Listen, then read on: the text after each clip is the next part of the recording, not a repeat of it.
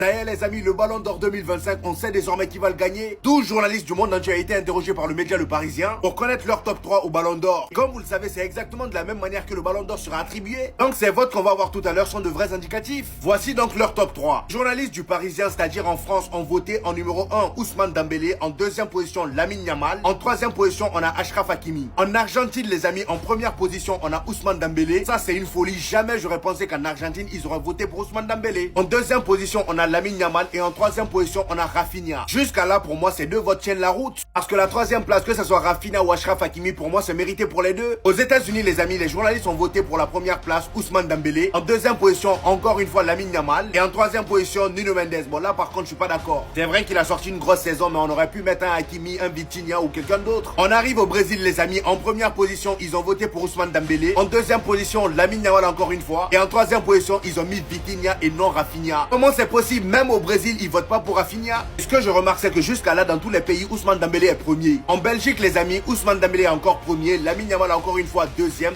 Troisième position Hakimi. En Corée du Sud, même là-bas, ils ont mis Ousmane Dembélé. En Corée du Sud, Ousmane Dembélé premier. Deuxième Vitinha. Troisième Kylian Mbappé. Non, vous avez tout gâté. En Tunisie, les amis, ils ont voté pour Ousmane Dembélé encore une fois en tant que premier. Deuxième position, Lamine Yamal. Troisième position, Hakimi. En Italie, là-bas, ils ont un peu fumé avant de voter. Ils ont mis Donnarumma en premier. C'est vrai qu'il a sorti une grosse saison, mais pas devant Ousmane Dembélé. Vitinha deuxième et troisième, Lamine Yamal. Le Athletic, Hakimi premier, Nuno Mendes deuxième et Vitinha troisième. On passe. En Allemagne, Vitinha premier, Lamine Yamal deuxième, Ousmane Dembélé troisième. En Espagne, sans surprise, ils ont voté Lamine Yamal deuxième, Ousmane Dembélé troisième, Vitinha. Au Portugal, Vitinha premier, Ousmane Dembélé deuxième et Lamine Yamal troisième. Donnez-moi vos avis en commentaire. C'est fini, c'est lui le Ballon d'Or, la liste est sortie. Et vous allez voir que c'est pile le scénario auquel on s'y attendait. Pour ceux qui sont pas au courant, le Parisien a sollicité l'avis de 12 journalistes du monde entier spécialistes du football pour le Ballon d'Or 2025. Donc comme effectué pour le vote le jour J. En France, Dembélé a été voté mais s'est montré aussi très objectif en plaçant Yamal en deuxième position. Troisième place, Hakimi en vrai magnifique. Étonnamment, l'Argentine, Dembélé en première position, Yamal en deuxième, assez objectif. Troisième, Rafinha, ça peut se faire, mais je trouve quand même que les joueurs parisiens, ils ont pris une option en plus, surtout que la Coupe du Monde des clubs. Un petit Vitinha, Hakimi, ça aurait pas été de refus. USA, on va retrouver Dembélé, Yamal, Nuno Mendes. On prend. Brésil, Dembélé, Yamal, Vitinha. On prend. Belgique, Dembélé, Yamal, Hakimi. On prend. Italie, c'est une dinguerie, j'ai pas les mots. Et vous allez voir que pourtant, le jour J, il y aura vraiment des votes comme ça. Donnarumma, Vitinha, Yamal. Dembélé ne figure même pas dans le top 3. Eux, ils n'ont pas compris qu'il fallait pas être nationaliste, mais surtout voter en fait objectivement. En Angleterre, on va retrouver Hakimi, Nuno Mendes, Vitinha. Pas Dembélé, pas Yamal en vrai. Mais Hakimi en première place, j'aime bien. En Allemagne, on va retrouver Vitinha, Yamal, Dembélé. Trois bons noms, mais malheureusement, c'est totalement désordonné et Dembélé ne peut pas se retrouver en troisième position. En Espagne, pas étonnant, Yamal en première position. Ils ont été très objectifs aussi en mettant Dembélé en deuxième et troisième, Vitinha. Et enfin, pour finir, Vitinha, Dembélé, Yamal pour le Portugal. Franchement, j'aime beaucoup ce classement aussi. Vous l'avez compris, ce ne sont pas les vrais votes, mais ça montre pour majoritairement tous les pays que le classement se retrouve avec du Dembélé et du Yamal en deuxième position. C'est bon, on a la confirmation, Dembélé il sera Ballon d'Or. Parce que le Parisien a sollicité l'avis de 12 journalistes du monde entier pour faire un top 3. On va regarder ensemble leur top 3 et vous allez voir, il y a des petites dingueries. On commence avec la France, Dembélé 1, logique. Yamal 2, Hakimi 3. Franchement, il y a rien qui me choque, c'est logique. Argentine, Dembélé 1, encore Dembélé, ça fait plaisir. Yamal 2, Rafinha 3. Rafinha, ça fait plaisir de le voir parce qu'il est extrêmement oublié alors qu'il a fait une saison incroyable individuelle. Les États-Unis, Dembélé 1, Yamal 2, Nuno Mendes 3. Le Brésil, c'est là où je trouve qu'il y a une petite dinguerie, mais au moins ils montrent qu'ils sont objectifs. Dembélé 1, Yamal 2, Vitinha 3. Ils ont même pas mis Rafinha. Alors, je suis d'accord, hein, les trois méritent plus que Rafinha, mais j'aurais pensé que le Brésil aurait mis en avant leur Brésilien. Corée du Sud, Dembélé 1, Vitinha 2, Mbappé 3. Mais qu'est-ce qu'il fait là, Mbappé? Ils ont même pas mis Yamal. Tunisie, Dembélé encore une fois, Yamal 2, Hakimi. L'Italie, là, il y a un gros problème. Donnarumma en 1. À la limite, il n'y a pas de problème. Il a fait une saison extraordinaire avec le PSG. Faut pas oublier que sans tous ces arrêts, ils n'auraient pas gagné la Ligue des Champions. Mais ils mettent Vitinha, Yamal, ils mettent pas Dembélé. Là, à un moment donné, il faut m'expliquer. Les Anglais, Hakimi, Nuno Mendes, Vitinha, pareil, ils ont pas mis Dembélé. L'Allemagne, Vitinha, Yamal, Dembélé. Là, c'est pas mal, mais c'est pas dans le bon ordre. Bref, ça nous montre que Dembélé a su convaincre partout dans le monde, même si Yamal est pas très long derrière. Faut faire attention. Ça va pas plaire à tout le monde ce que j'ai à dire. Il va peut-être ne pas gagner le Ballon d'Or. Malheureusement, il l'aura pas. Dans mon cœur, il aura toujours mon vote. Mais de nouvelles propagandes voient le jour. Hakimi, par exemple. Vitinha. Sans oublier l'éternel Lamine Yamal. Mais les Barcelonais, vous allez me détester pour cette vidéo, je le sais déjà. Mais au bout d'un moment, faut dire les choses. Si Ousmane Dembélé joue au Barça, pas un Barcelonais trouverait normal qu'un autre joueur le remporte. Si Ousmane Dembélé joue au Real, pas un seul Madrilène ne trouverait pas normal qu'il le remporte pas. S'il jouait dans n'importe quel club du monde, les supporters de ce même club ne trouveraient pas normal que le vainqueur du Ballon d'Or 2025 ne soit pas Ousmane Dembélé. Je le dis et je le répète. Pour moi, Rafinha est le joueur qui fait la meilleure saison, de manière totalement individuelle. Mais le Ballon d'Or, c'est pas que de l'individualité. Le Ballon d'Or, ça fait bien longtemps qu'il est plus là pour élire le meilleur joueur de la planète. Mais le Ballon d'Or a plusieurs critères. Les stats, le caractère marquant et les trophées. Et au bout d'un moment, faut arrêter de se foutre de la gueule du monde. Je pense personnellement qu'il faut changer le Ballon d'Or. Faut tout changer. C'est une distinction individuelle. Elle devrait être attribuée au meilleur joueur de la planète, pas à celui qui a la meilleure armoire à trophées. Mais étant donné que depuis des années, c'est pas comme ça que ça fonctionne. Il a gagné la Ligue des Champions.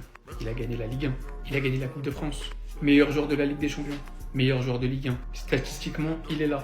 Il a été présent dans quasi tous les moments marquants et importants, soit par un but, soit par une passe, soit par des gros matchs. Donc au bout d'un moment, il faut se rendre à l'évidence. Parler de football, mettre un petit peu de son côté son clubisme. Bien évidemment qu'en tant que Barcelonais, si Ousmane Dembélé ne le remportait pas pour que Rafinha ou Lamine Yamal le gagne, je serais content. C'est un joueur de mon club. Mais ça m'empêcherait pas de penser, au fond, de savoir pertinemment qui se serait fait voler. Et si cette saison il ne le remporte pas, lui, je dis pas un joueur du Paris Saint-Germain, je dis lui. Parce que c'est cette saison le joueur le plus décisif au Paris Saint-Germain. C'est cette saison le joueur qui aurait été le plus marquant. Et au bout d'un moment, faut arrêter de chercher midi à 14h. Oui, ça fait bizarre de se dire qu'Ousmane Dembélé va avoir le Ballon d'Or avant Kylian, avant Haaland, qui étaient eux prédestinés à le gagner. Mais pour moi, c'est ça la beauté du foot. On peut rien prédire en avance. On l'a critiqué comme pas possible. Et je maintiens et persiste. C'était mérité à l'époque, ne réécrivez pas l'histoire. Mais après la saison qu'il est en train de faire, individuellement et collectivement, s'il le gagne pas, ça envole. Je vous promets que c'est pas assez. Après le match contre le Real Madrid, selon les bookmakers, Ousmane Dembélé a 90% de chance de gagner le Ballon d'Or. 90,09 si on veut être relou. Et apparemment, les Anglais ils sont encore traumatisés de ce qu'il leur a fait subir. Parce que le Parisien a sollicité l'avis des journalistes du monde entier. Du coup, on sait à peu près ce qui va être voté. Buteur face à Liverpool, buteur et passeur face à Arsenal, double passeur décisif contre Aston Villa. Sachant que là, ils ont pas mis City et il va peut-être faire du mal à Chelsea en finale de Coupe du Monde des clubs. Tu m'étonnes qu'il ait même pas mis dans le top 3. Au Portugal, ils font la propagande de Vitinha, ce qui me semble assez logique. Et en Espagne aussi, ils mettent leur star en avant, Lamine Yamal. Il faut croire que les Argentins ils sont pas si racistes que ça finalement. Sinon ils essayent de racheter leur image auprès du peuple français, je sais pas. En Italie, Dembélé il est même pas dans le top 3, ils ont mis Donnarumma en premier. Bref, en tout cas quand tu regroupes tout ça, ça donne le classement final. C'est pas le vrai, il y aura forcément des trucs inattendus, mais il y a un truc qui me dérange moi. Comment Kylian Mbappé il est devant Rafinha? Je suis supporter du Real hein, mais je vous promets que ce joueur il y a eu trop de manque de respect envers lui là. Les joueurs du PSG, tu peux tous les mettre dans le top 10. Mais 9ème. Là, dites-vous, on a que les plus gros pays, c'est-à-dire les votes ils sont plus ou moins cohérents. Rappelez-vous en 2017 quand CR7 il prend le Ballon d'Or, le Sri Lanka ils ont voté Bonucci en premier. Donc on peut avoir des surprises bizarres, mais normalement Dembélé là son Ballon d'Or c'est dans la poche. Le journal Le Parisien a sollicité plus de 12 pays pour savoir qui devrait être Ballon d'Or. Ils ont tous fait leur top 3 et du coup on va voir qui devrait être Ballon d'Or normalement. Déjà on a le Parisien français, donc Dembélé, Yamal, Hakimi, c'est leur top 3. Ensuite on a l'Argentine, Dembélé, Yamal et Rafinha. Ensuite on a les States, donc Dembélé, Yamal et Nuno Mendes cette fois-ci. Et pour le Brésil, Dembélé, Yamal et Vitinha. Pour l'instant sur cette page, Dembélé est premier sur tous les classements. Ensuite, on part sur la Corée du Sud, Dembélé, Vitinha, Mbappé, pas de Yamal dans ce classement. Ensuite, en Tunisie, Dembélé, Yamal, Hakimi. En Italie, bon, on va rien dire, hein, mais Donnarumma premier, Vitinha, Yamal, il y a même pas Dembélé dedans. The Athletic en Angleterre, eux aussi, ils sont perdus avec Hakimi, Nuno Mendes et Vitinha. Même pas de Dembélé dans le top, même s'il y a que des Parisiens. Maintenant, pour ce qui est de l'Allemagne, Vitinha, Yamal et Dembélé. En Espagne, forcément, Yamal en premier, Dembélé et Vitinha. Et pour le Portugal, Vitinha en premier, Dembélé et Yamal en troisième. Si on fait une moyenne de tout, c'est Dembélé qui est premier, Yamal qui est deuxième et Vitinha qui est troisième. Dites-moi ce que vous en pensez du top. Perso, moi, je trouve ça cohérent dans l'ensemble. Et n'hésite pas à liker, à t'abonner tous les jours sur des vidéos sur l'actu du foot. Je vais vous montrer les critères de Ousmane Dembélé au Ballon d'Or en images. On commence direct avec le critère numéro 1, les performances individuelles et le caractère décisif et impressionnant. Buteur contre le Bayern, buteur et passeur contre le Real, double passeur contre l'Inter, buteur et passeur contre Arsenal, double passeur contre Aston Villa, buteur contre Liverpool, triplé contre Stuttgart et buteur contre Manchester City. Bien sûr, au niveau des stats, il n'y a rien à dire. 52 matchs, 35 buts, 16 buts. Donc en fait, il est impliqué sur 51 buts en 52 matchs. Il n'y a rien à ajouter. Le critère numéro 2 d'Ousmane Dembélé, c'est une dinguerie. L'aspect collectif et les trophées remportés. La Ligue 1, meilleur joueur de Ligue 1, trophée des champions. Coupe de France, meilleur joueur de la saison en Ligue des Champions. Ligue des Champions, il est dans le 11 type de la Ligue des Champions. Il y a la Coupe du Monde des clubs qui peut rajouter dimanche et il a été dans le 11 type de Ligue 1. Et bien sûr, le critère numéro 3, la classe et le fair play. Il n'y a pas plus classe et fair play qu'Ousmane Dembélé. Il est humble, il est aimé de tout le monde. Il n'a pas besoin d'envoyer des pics pour être fort sur le terrain. Et surtout, l'hommage qu'il a fait, ça a marqué les esprits. Moi, j'estime que c'est pas bien de le faire attendre jusqu'au 22 septembre. Donnez-lui tout de suite. Il y va. Il y file tout droit. Bien sûr qu'il y avait débat avec Lamine Yamal sur la saison. Mais la Coupe du Monde des clubs va jouer en sa faveur. Mais finalement, qui peut lui enlever? Et qui peut être déçu pour lui? Yamal a toute la vie devant lui. Il en aura, ça c'est une certitude. Mais Dembélé, l'histoire, elle est tellement belle. Qui aurait mis ne serait-ce qu'une petite pièce pour dire qu'Ousmane Dembélé aurait eu un ballon d'or? Déjà, même il y a un an, juste un ballon d'or. Personne n'y aurait cru. Et qui aurait mis encore plus, ne serait-ce qu'une demi-pièce, une pièce, tu la coupes en deux, sur le fait qu'Ousmane Dembélé est un ballon d'or avant Kylian Mbappé? Mais quand tu vois le parcours du mec, tu te dis mais c'est mérité. Parce qu'il a travaillé, parce qu'il a progressé, parce qu'il a été intelligent, parce qu'il a gommé ses points faibles, et parce qu'il a bossé et il a écouté les grands, notamment Luis Enrique, qui a fait de lui une machine de guerre. 35 buts cette saison. Il était blessé sur tout le début de la Coupe du Monde des clubs. Il rentre contre le Bayern, il marque. Contre le Real Madrid, il met le but du break qui assomme cette équipe-là. Et un but où il arrive devant Courtois, alors que quand tu arrives en 1 contre 1 devant Courtois, il y en a beaucoup qui ont peur. Il marque ce but, mais avec une aisance. La célébration d'un patron, le pressing qu'il fait sur le terrain, tout ce qu'il donne. C'est un mec qui ne vit que foot. Et il a ce qu'il mérite. Quand à chaque fois on disait il perd sa finition, etc. En 6 mois, il a mis 35 buts. Qui peut lui enlever? Aujourd'hui, oui. Moi, je le dis. Je préfère peut-être le joueur qu'est Lamine Yamal. Mais sur la saison, oui, on le dit aujourd'hui. C'est Ousmane Dembélé qui mérite le ballon d'or. Ousmane Dembélé Ballon d'Or, c'est fait. Le Parisien a sollicité l'avis de 12 journalistes du monde entier, spécialistes du football pour le Ballon d'Or 2025. Voilà leur vote. Le Parisien en France, Dembélé est en tête. En Argentine, Dembélé est en tête. Aux États-Unis, Dembélé est en tête. Au Brésil, Dembélé est en tête.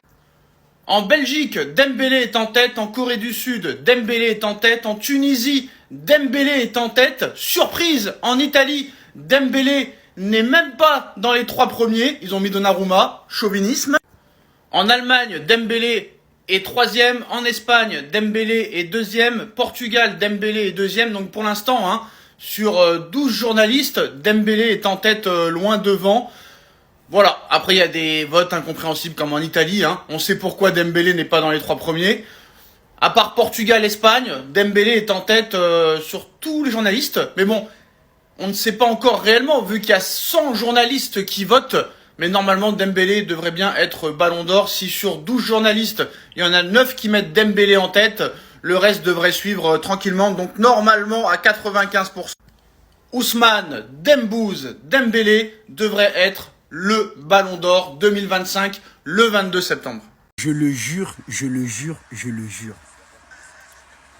qu'une personne ait le culot de me parler de doute en ce qui concerne cette distinction individuelle que nous appelons communément appelée Ballon d'Or France Football.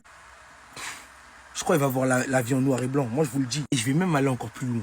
Si c'est pas un joueur de cette équipe, au choix, qui le remporte, si le top 3 du Ballon d'Or n'est pas occupé par 3 joueurs du Paris Saint-Germain, si c'est pas cette image, France Football mettra la clé sous la porte de par ma faute. Vous avez bien entendu. La personne qui me dit que le doute subsiste concernant ce... Je vous jure que si... qu'ils aient le malheur d'essayer de faire un micmac, parce qu'on les connaît, on a vu les vidéos des journalistes, etc. Oui, on va pas voter pour Dembélé. Déjà, on leur a laissé faire leur propagande. On leur a laissé nous faire croire qu'ils pouvaient le gagner. Je vous jure, je vous le jure, s'ils gagnent le ballon, dis-moi le football c'est terminé, j'arrête tout, mais tout de chez tout, et je vous jure que le Ballon d'Or, on verra. Juste essayer.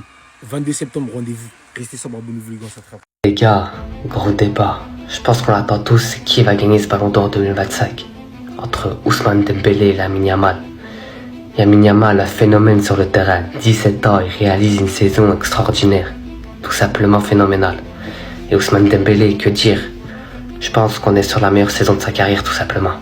Alors pour comparer les stats, les gars, on a Lamine Yamal, 21 buts cette saison pour 22 passes D. C'est quand même du lourd. Et on a Ousmane Dembélé, 52 matchs pour 35 buts et 16 passes D.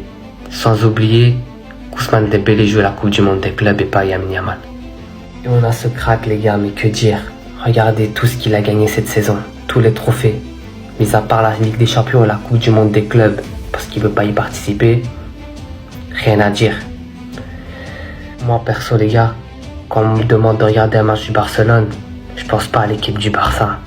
Tout ce que je veux voir, c'est ce gamin-là jouer et montrer de quoi il est capable. Et on a de l'autre côté Ousmane Dembélé qui a tout gagné avec le PSG cette saison et qui va finir sûrement sa saison en beauté en gagnant la Coupe du Monde des clubs les gars. On n'en doute pas, l'équipe du PSG va le battre, Chelsea, facilement. Franchement les gars, dites-moi votre avis en commentaire. Ousmane Dembélé ou le crack Lamine Yamal?